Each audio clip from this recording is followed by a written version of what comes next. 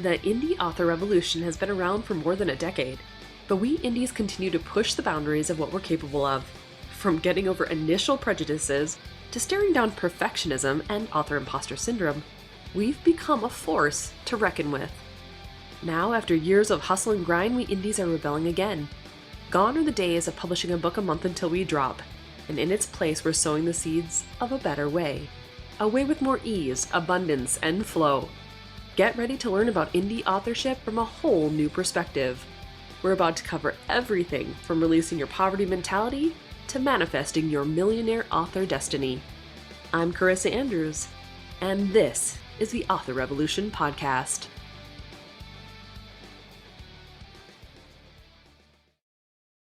Well, hello there, and welcome back to the Author Revolution Podcast. This week, I have an incredible interview that I cannot wait to share with you. Some of you probably already know this, but I was asked by Alessandra Torre of InkersCon to be speaking at the event this year with Renee Rose. It's like a dream come true, I kid you not. We are going to get to speak about author abundance, manifestation, about law of attraction, so many cool things. And it's all because Alessandra saw something within our teachings, I guess, to be able to come to speak at InkersCon this year.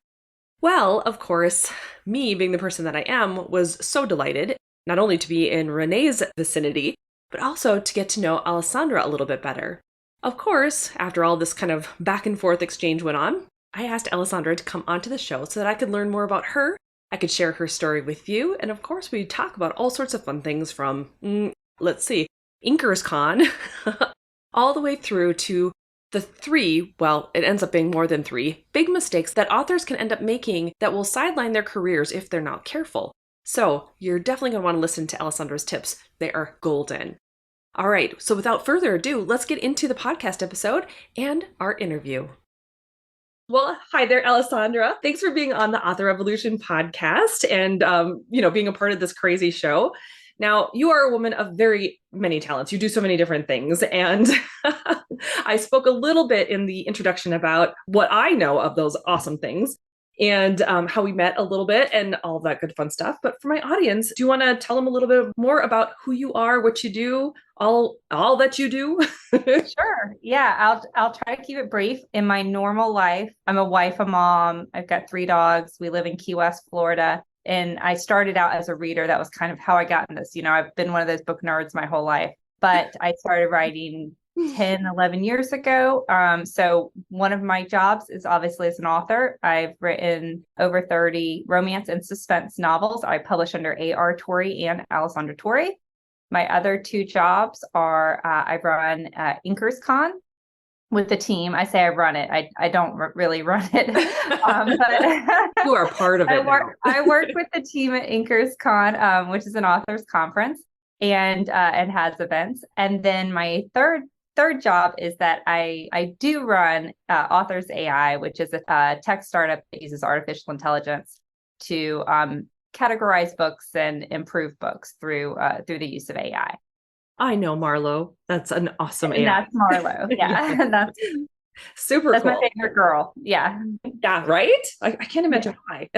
Well, so what has your author's journey been like? Like, where did you start how did you transition from being a reader into going, you know what, I want to do this as well? I have to give all of the credit to E.L. James for that. I did not know E.L. James at all, but it was one of those things where I was always a reader. I just read everything from sci-fi to thrillers. I read absolutely everything except romance. Romance was the one thing I didn't read, and I was so snobby about it. I was like, too funny. Romance novels. Which is totally unfounded, but that was, how I was when I was 14 and then 18. Sure. When I was 27, I read, and I always complained about the books I read. I would always complain to my husband because I would figure out the plot twist or whatever, and I always had an opinion, good and bad. But I read an article that E.L. James was making over $1 million a day on 50 Shades of Grey. And I was like, man, I got out my calculator and I was like, if I could do 1% of what E.L. James is doing, like I would be set for life. There was kind of that happened, and just me starting. And my husband's like, you're always complaining about these books. You should, like put your money where your mouth is. You should write something.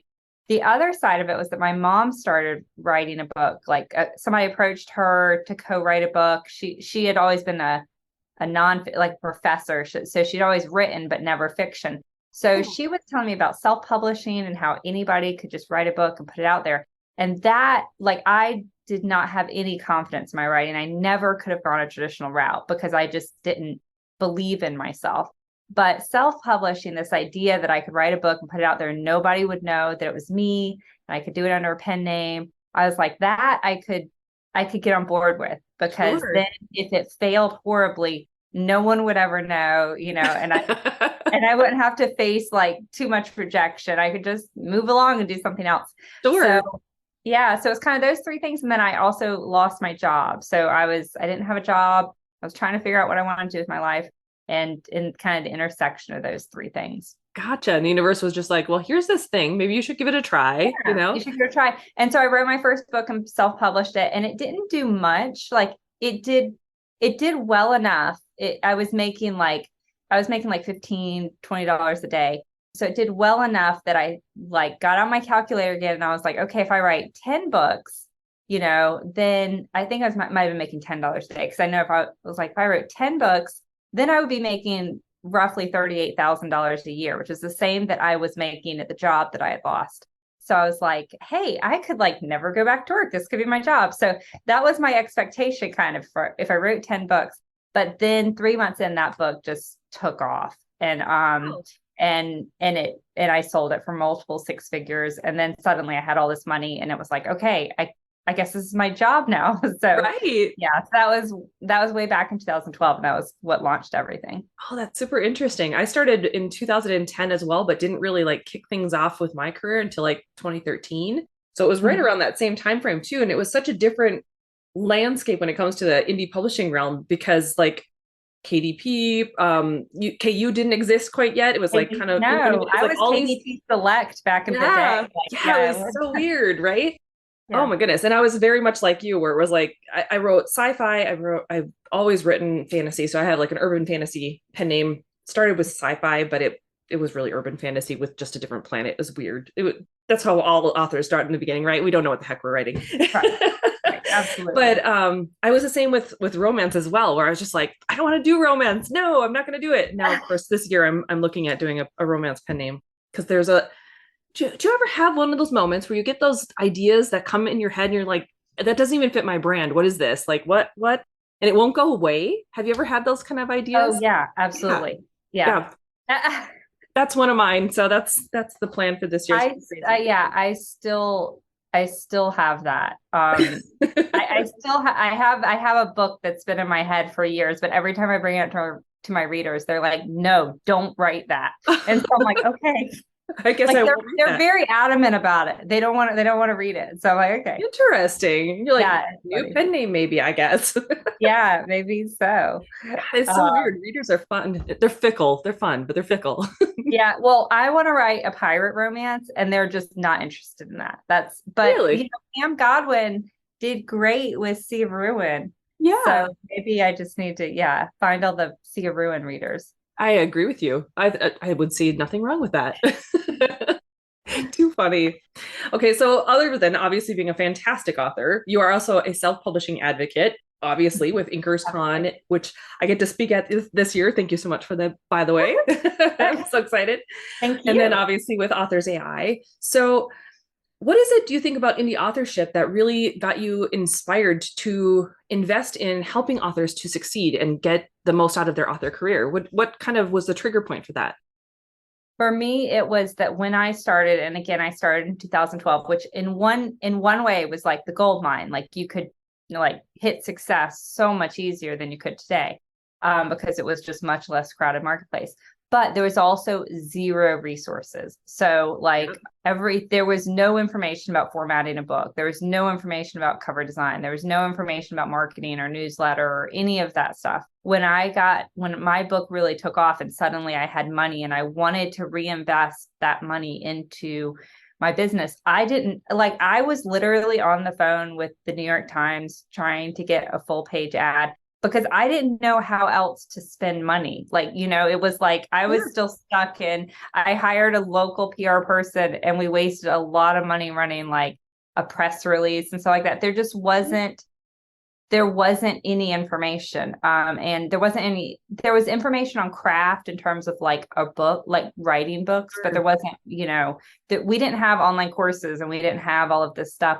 So it was really kind of my first few years was I would just wander blindly in a direction until I hit a wall. And if I hit a wall, then I would turn and I'd go in another direction, It was like a labyrinth. I was successful despite myself, right? Like I was successful, despite everything I was doing wrong. And it was one of those things that was like, once I figure all of this out, like I want to help people not make the mistakes I made. And so and what I really wanted was a writing for dummies.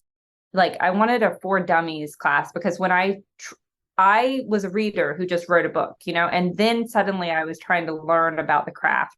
And a lot of the craft books I read were just really intimidating and I only got a few chapters in.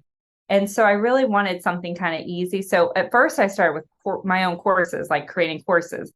And then it was like, okay, I realized how little I knew. And that was when it was like, okay, I want to learn from all the people who know everything. And so that was how InkersCon was born. It was like, let me get together the best in every single, in this little niche topic and bring them all together and learn from those. And it was as much selfish. I wanted to learn it. And to this day, when I create the agenda for InkersCon, it's like, what, I definitely gravitate towards things that I need the most, but that gets me the most excited and that I see. For sure. I can completely relate to that with obviously the podcast. That was kind of my beginning as well, where it was like, except I was way more intimidated and trying to pull people in at first. So I spent the first, I don't know, 9 months, like, I'm just going to pour out what I actually know so far. Sure. Before I start trying to ask people onto this show. It's scary to ask people. Like it is. To this day, when I email people about InkersCon, I'm like, hi, I know we don't know each other. There's this that I might like to try. I don't know. I'm sorry for something to your inbox, but yeah. Too cute. And everyone's like, heck yes, obviously. Yeah, the best part is if someone already knows what you're talking about. They're like, yeah. I've For sure. And InkersCon has grown so much. I mean, even in the past couple of years, it's been great. Oh my gosh. And you have such a diverse set of classes. I just went to see if I can speak today, the 20 Books Conference last November. And it's like, even InkersCon has, in my opinion, I mean, not to diss 20 books because it's a fabulous conference, but you have a different mix of things. And it's so cool to be able to do both and still get a lot of really cool, insightful information out of both. And so it's cool the way that you put things together and pull the panels together sometimes. I mean, it's just great. I love it. What's the hardest thing for me is that we only have 24 to 27 main classes. And that is so hard for me because like 20 books, they have like 80. I don't know. I don't even know how that. But I would say at least 60. Yeah. So it's like, and it's great because they have the space and they have the flexibility and they can so they could have really niche classes or classes just about like fantasy world building or something. What's hard for us with InkersCon is it's like, because I only have 27 main classes, it's like I have to figure out like the biggest need and the biggest speakers we can get and the biggest that's the hardest because I turn away some great ideas, classes I would love to have. We just it might be KU versus wide, and that's not a big enough audience that I have. You know what I'm saying? Sure. Like that's a specific audience that wants that. But that's one of the reasons why in InkersCon we brought in roundtables, because it's like we can go nuts with roundtables, and roundtables can be a niche topic. And I could have 100 roundtables. I think we had over 100 roundtables last year. Wow. So that can go crazy, right? And that can be super niche down. So that makes me feel a little bit better. I'm like, well, we can't take you as a speaker, but please do a roundtable. Yeah, absolutely. I think that's really fantastic too. And then it, like you said, it allows people to talk about their niche topic or the area that they're most experienced in without it actually being like a full blown conversation or topic. That's cool.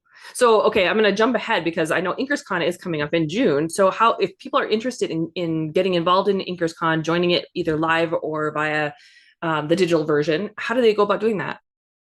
So if you visit inkerscon.com, you'll be able to see, like right now, someone could dive right in and watch on demand all of the content from 2022 this year. But if you want to reserve a spot for 2023, you can. And that's, yeah, as Chris has said, you can attend live in Dallas. We only have 220 slots for live. I mean, now we don't have that many, but that's how many authors attend. It's a smaller conference, but you can also attend digitally. And we normally have over 1,000 digital attendees. And it's I've attended a lot of digital conferences, a lot of times because I like to get ideas and find out what's working.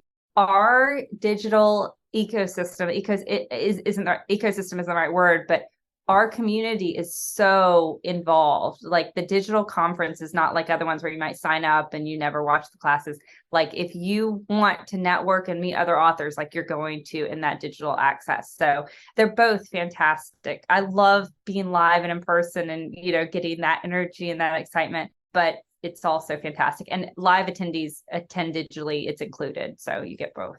That's super cool. Well, and it helps too, I think, for those introverted authors who really want to attend a conference, but they're kind of like, I don't really want to be there in person. And I don't know if I can call myself an introvert now because I've really come out of my shell being in this business and being, involved in the way that I am. But when I went to my first authors conference, which was RT at Kansas City, Missouri in 2012 or 13, I didn't know a soul and I was terrified. I mean, I sat in like against a wall and pretended to look at something on my phone and like I didn't know anyone, Sure. And I was so shy. And I think back that every time I go to InkersCon, because I know that, but that's what's nice about it being smaller is everyone meets everybody. And by the time you leave, you know everybody's face. So you can't, I say you can't hide. You will meet people just from being there. For sure. Well, I know for me, like I went to the Georgia one. Oh gosh, Moonlight and Magnolias way back in 2011, 2010, something like, no, 2011.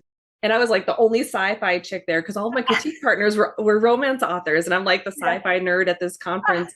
And luckily I knew those two, but it was scary otherwise. They kept pushing me to like talk to people. And I'm like, why are you making me speak to people right now? Oh, the idea of going up to a strange group of people and saying hi, like Right? it is so different because we all are book nerds. So Yes. we all typically are introverts. I mean, so I think, so it is different. It's not like going up to the popular group at high school and being like, I don't know, it still feels like that a little bit. But it feels that way. It does. Yeah. But then it's never as bad because I think at least, InkersCon is now the only conference typically I travel to, but it's when you see someone who comes up, everyone's like, hi, like, come in, do you want to wear a tiara? Like, sure. Yeah. Come on. Hello. Yeah. Who doesn't? I know, right? That's a huge, I don't even have a tiara, guys. I am like slacking. I know Book Talk has like the whole like thing going. Yeah, it's something that I don't even know the origins behind it. I know they do it at $20 and they have like I remember seeing that for the romance group. Yeah, I think so. And it must have started there. This year, not with like romance, not necessarily 20 right. bucks. Yeah, I think it must be a romance thing because at InkersCon, a group is like, is anyone bringing their tiaras? And other people were like, what are y'all talking about? And they were like, you can bring one. So people are like last minute ordering them on Amazon. And you're gonna have to like design them as swag. So like if they forget it, you can be like, here's something you can get. There you go. I like it. Right? Oh, too funny. I'm looking forward to it. It's going to be, I was really intimidated at $20, even though I knew a lot of people and it was fun to network. Was it your first year? It was the first time I've been in person. Yeah. Oh, first of all, I can't say enough great things about $20. $20 is fantastic, but it is a beat. I mean, it is huge. I've never been, but I've been to RWA in Vegas. The problem is you already are in Vegas. So you've already like all that. And then, but it is massive. You could have a great, amazing conversation with someone and then never see them again the rest of the conference. I agree. It was so huge. And for us, we'd never been to Vegas. So I went with my husband and a good friend of ours. And it was like, the whole day we went to all the different, as many sessions as we could do throughout the day. And then as soon as it was done for the day, we were like out the door walking the strip, trying to like locate, like, okay, what's this? Like, where are we? Who am I? Like, we were just trying to figure it out. And so we spent hours walking every night just to get a good glimpse of the strip. It was crazy. So maybe next time it'll be fine. But it was so hard to connect with people, and we're not drinkers, so it wasn't like we're like, hey, let's go to all these like drinking mashups afterwards. So it was just, it was overwhelming. And I go into, I don't know if you do this as well, but I go into student mode. And so then I'm like taking the notes, and I'm all in with whatever the people are talking about. That's like, I don't even like think to be like, oh yeah, I'll miss my session, let's go chat, you know? Like, what are you talking about? Yeah, like I have a class to go to. I need the one thing I need that like totally changes my whole career. Yeah. Right. Yeah. Too funny. Oh gosh. Okay. So we could talk about obviously conferences all day long, but you're actually here to talk about something really cool. And so let's actually get to that. So authors, we've talked about this a little bit, but authors struggled at one point or another in their careers. And I know that you've mentioned that there are 3 big mistakes that authors can make that can end up sidelining their careers. So do you want to maybe tell us what those might be so I can do it better? All right. So, and this is something that a lot of these mistakes are personal mistakes I've made, but also mistakes I've seen other authors make. So, gosh, it's so hard. I had a list of 3 and then I crossed out one and put something else. So I could really, in fact, I'm going to go wild, and I'm going to maybe not go deep dive on all of them, but name as many as I can. Excellent. We'd love to hear that. Why hide other mistakes? So first, this was one that I ended up crossing off the list, but it's still really good. That they start their newsletter too late. So I didn't have any platform when I published my first book. When I had my first big spike, I had no way to capture those. So even if it's just like a Google Drive form, but there's really no reason for that. You can get a free MailerLite account with free newsletter sign up until you hit 1,000 people. You don't have to pay a thing. So from very beginning, if you don't have a professional newsletter, just sign up at MailerLite and at least get the sign up form so that you can put it in the back of all of your book. I can attest to that one. But it's one of those things we put off. If you can just knock it out in the beginning, go for it. Second thing, giving up on your books. So my first book, it did okay. Like I said, it was making $10 to $15 a day. I very easily could have just like been like, that was fun. Like, I'm not going to make real money off of this, and done something else.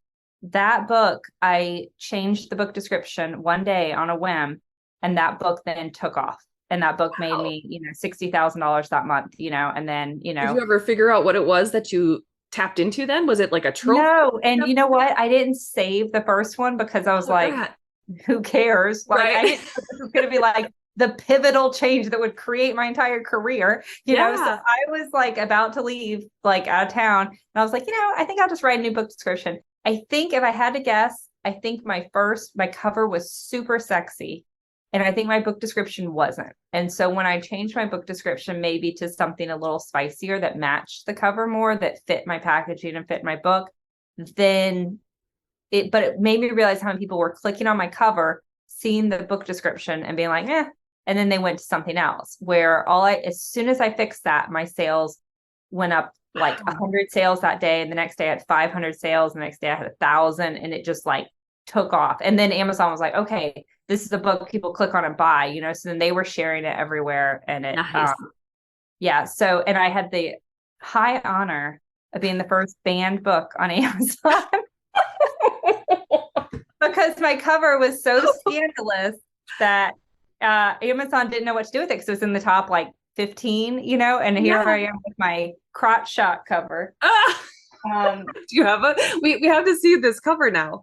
For those of us who are on the video. Here it is. Okay.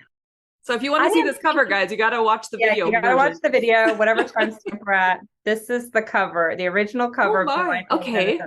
For those of you listening, it's a woman. Her legs are spread. It's a close up of like just under her breast to like where her legs up, and she's covering herself with her hands. So this was a homemade cover. It wasn't anything I spent a lot of money on. This is the original. You can see how like crappy it looks. But but the publishers called this the crotch shot cover. And when it went to auction, it sold at auction, did great, but they called it the crotch shot cover. And so this is plastered all over Amazon's, like, at the time they didn't, Yeah. like, erotica would show up in the top 100. And so they finally, it just disappeared from sale. Like, we couldn't figure out what happened to it. It took my agent like 3 days to get an answer. They were like, we don't know what to even do with this book, but we have to hide it. Like, we can't show it. So the only way you could buy it is if you had like the direct link. It wouldn't show up if you typed in the name or anything. Man. It was like the first adult filtered erotica dungeon book. So, but It's not even technically that bad. I have seen way worse. it's not that bad. Like, Yeah. well, there's like everything's covered. Like, it's suggestive, but everything's covered. You can't see anything. Right. But that was before like hand bras, and then suddenly they came out with all these rules. But what it taught me is, like, there could just be like one piece, and it might be your cover, it might be your blurb, it might be the book itself, which is a much harder piece. But never give up on your book. And even, there are books that go viral 3 years after, they're out, or 10 years after they're out. So don't necessarily brand a book a loser and move on. Like, continue to work on it and keep an eye out for it, and root for it. So next mistake, not writing in series. Mm. And I got to tell you, I'm a standalone girl. I read standalones. I write standalones. I've known this rule for years, and I still write standalones. My mind just doesn't work in series, but it has hurt me so much financially. And for me, what's really hard is I do have 2 trilogies, but they're both owned by publishers, so I'm not able to properly capitalize on those. So if you can just connect the books in some way, you can still write standalones, but at least put them in the same town, and have your characters interact with each other. Like, why didn't I do that? I could have put all my standalones in the same town, and at least had some reason for, the readers from one. But no, I started with a whole new world every single time, and that's more work for you. You can't write as fast. You like a good challenge, huh? Yeah, apparently I like Yeah. myself in the back. So write in series, if at all possible, no matter what your genre is. Ignoring the craft. That's another mistake that authors make. And it's because, the marketing class, it's just like when you go to a conference, like, the marketing classes are packed and nobody's sitting in the craft classes, right? Oh, but, our books are our product. And every hour that you spent studying craft is going to come back on you, 10-fold or 15-fold. It's not as sexy. It's not an immediate return on your bottom line. But there are authors out there who do almost nothing in terms of marketing. I mean, and the books, Colleen Hoover is a fantastic example. Everyone's like tries to recreate Colleen Hoover with marketing. It's because her books are fantastic, and it's because her books hit that thing that readers want. And she doesn't do ads, and she doesn't do Facebook ads. And now, of course, she has huge, publishers behind them, but those books were going nuts without any of that. Yep. She doesn't have a newsletter. I talk about, she breaks every rule out there. She doesn't write in series, And she's like the quirkiest, weirdest person in real life. And then her books are so serious and deep. Yeah, like, what happened? Yeah. How did those books come out of that?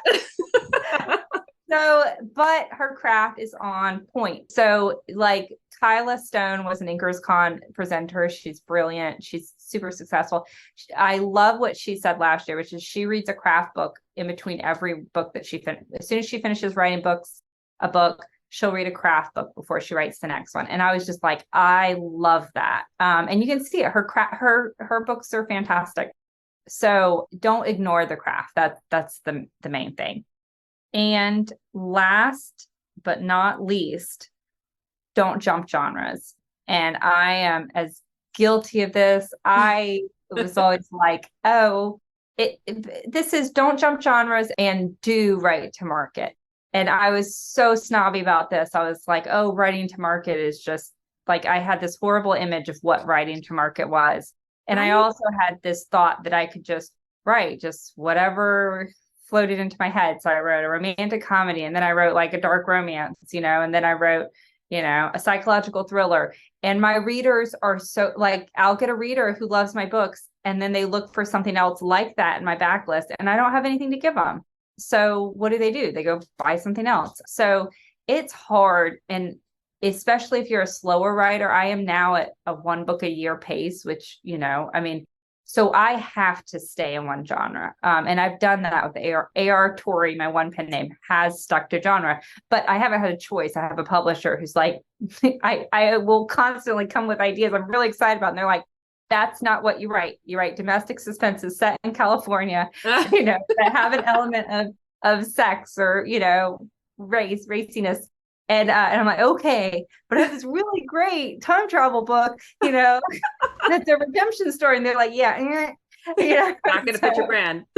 That doesn't fit your brand. Yeah. So I've done much better about it. But from the beginning, if I had just, picked a lane and stayed in it, I would be, again, so much more successful than I am now. And it's made my job so much harder because every time I sell someone on my book, it's like I have to start from scratch and sell them on that book, and then I don't have anything else to sell them. So, so if you can figure out what you love writing and what you're good at writing, and then stay there. And if you absolutely also love writing something else, cozy mysteries.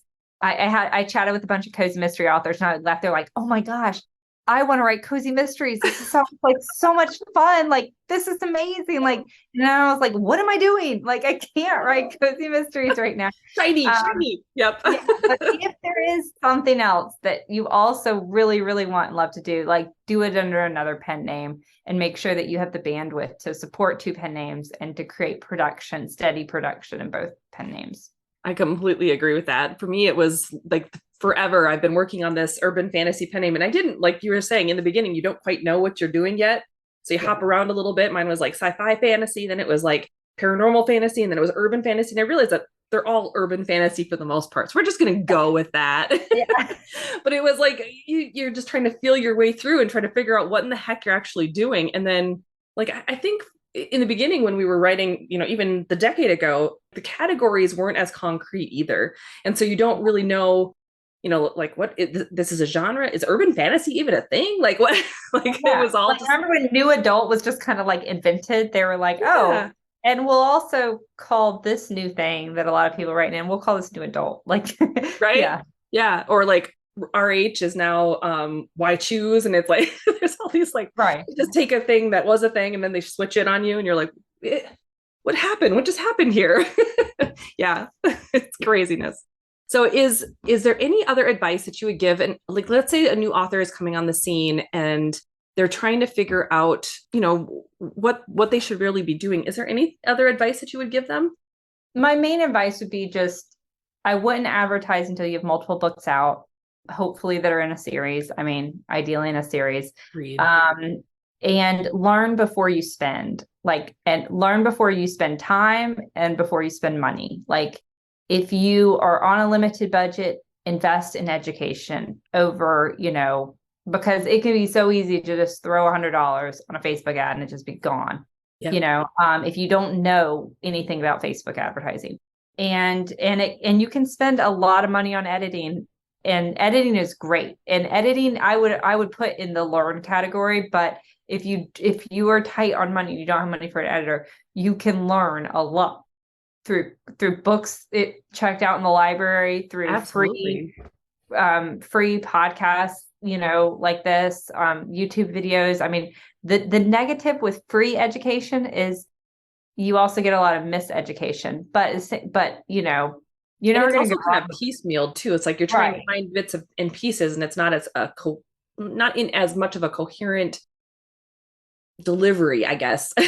And as long as you have time, it's fine. Like, that's the thing. Like, cheaper normally takes longer, right? So as long as you have time to watch 5 or 6 videos, and grab something that works for you. And the other thing is, like,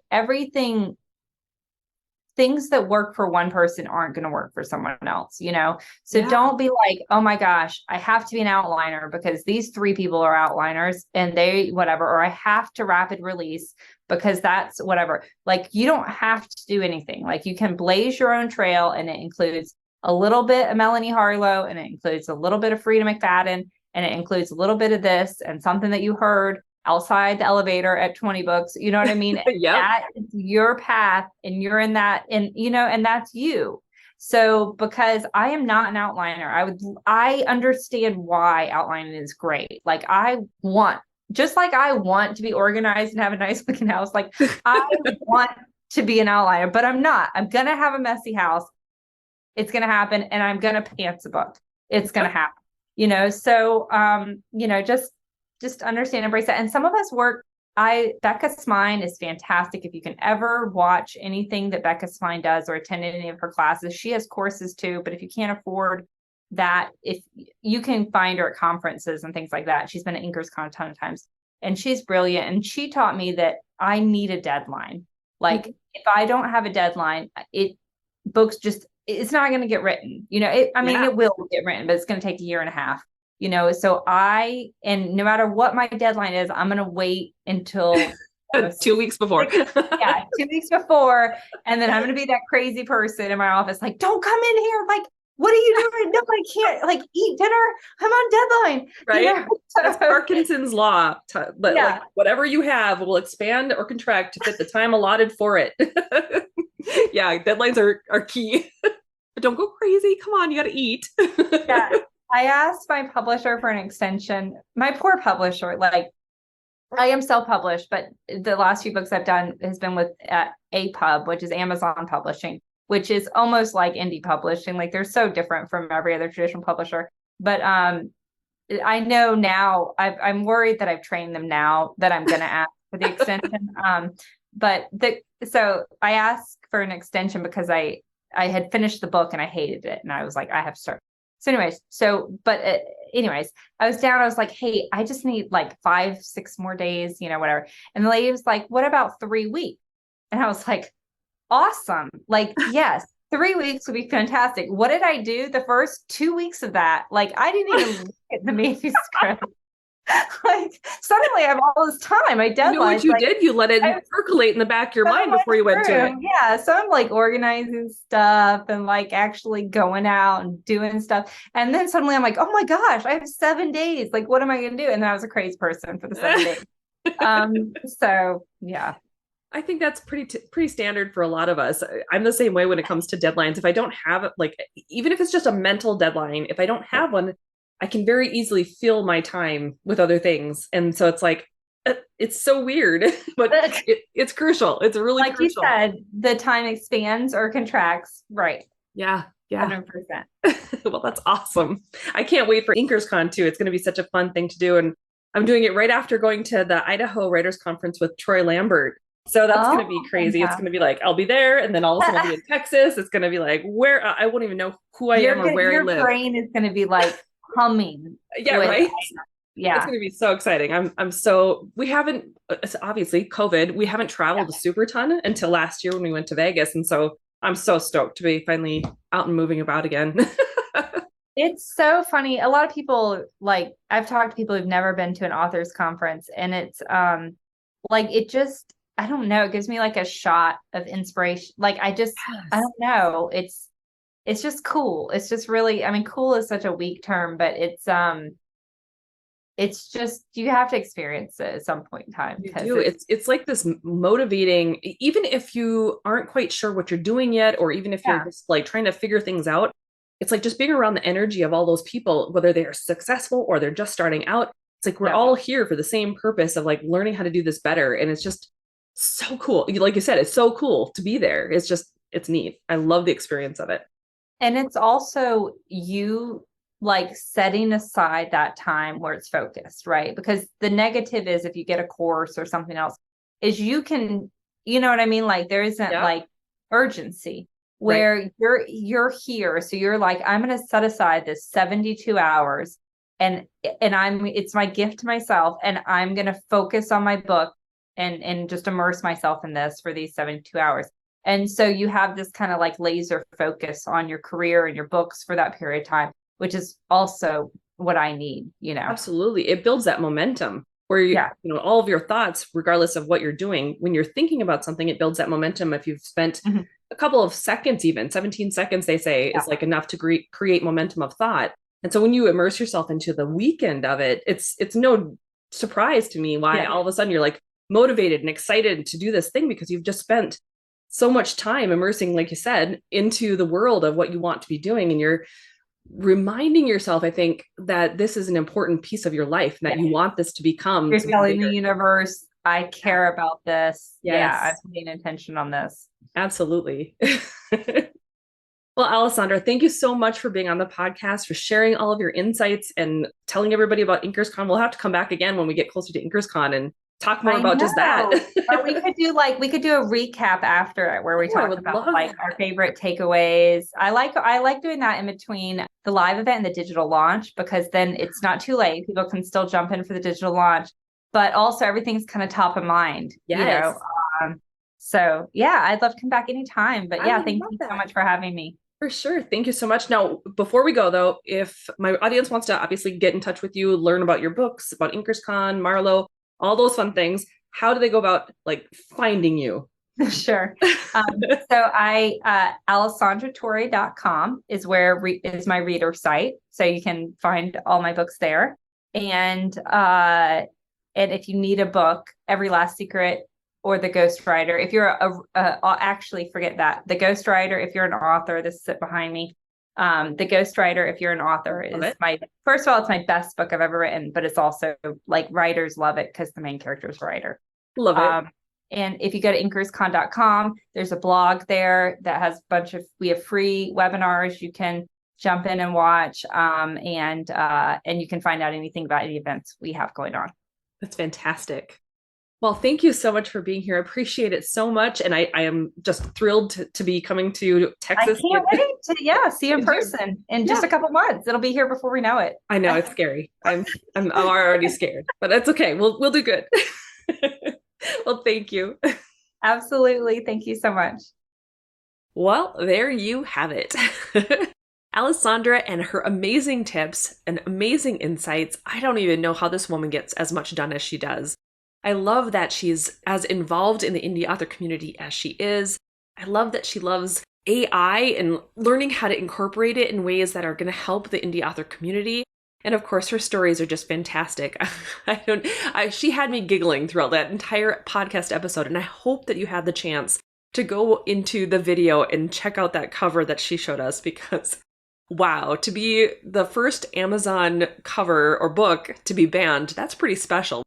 Anyway, I am so excited to be one of the speakers at InkersCon this year. I'm super excited. Can't wait to be there. If you have the opportunity to go, I highly encourage you to check it out. Get your tickets now. Be there in person. Come hang out with us, because we're going to have some incredible discussions at InkersCon. Now, again, this is taking place June 9th through the 11th in Texas. So if you're in the Texas area, or if you love to travel, definitely check out the tickets. I will have everything, all the links, all the things in the show notes for you today. Just head over to authorrevolution.org/169. I'll have a link to all the things that you need right there. And of course, if you'd like to get the transcript to the interview, you can also get it from that place as well. If there's one thing that I know, one thing that Alessandra really highlighted, it's that we indie authors need to stick together. We are amazing when we do things that elevate ourselves and also elevate our communities that we're in. And we do that by sharing our knowledge, sharing our expertise, and being able to uplift our fellow indie authors wherever we can. Now, whether that be through a free podcast like this, or a conference, or one-on-one with someone that you are just trying to help out, we are doing our parts to make this world a better place. And I think we are pretty amazing at doing that. I hope you have a great rest of your week. I myself am going to get moving on some really exciting new things that are coming. If you have not yet had the chance to sign up for the Abundant Author Activation, oh, my friend, you're going to want to get in on that as soon as possible. It is going to be incredible. Not only is it going to be me delivering some wow, out of this world insights when it comes to abundance, law of attraction, the 5 principles to reset your money mentality, but we also have board-certified hypnotherapist Tammy Tyree joining us, and we're going to do a group hypnotherapy session to help us really embed and activate the abundant author mindset. You are not going to find another masterclass like this for free out there, my friend. Definitely head over to millionaireauthorcoach.com/activation if you want to get in on that. Whew. So, there you have it. So many good things in the pipeline for this year already. It's only February and we're just getting started. So you know what to do. Go forth and start your author revolution.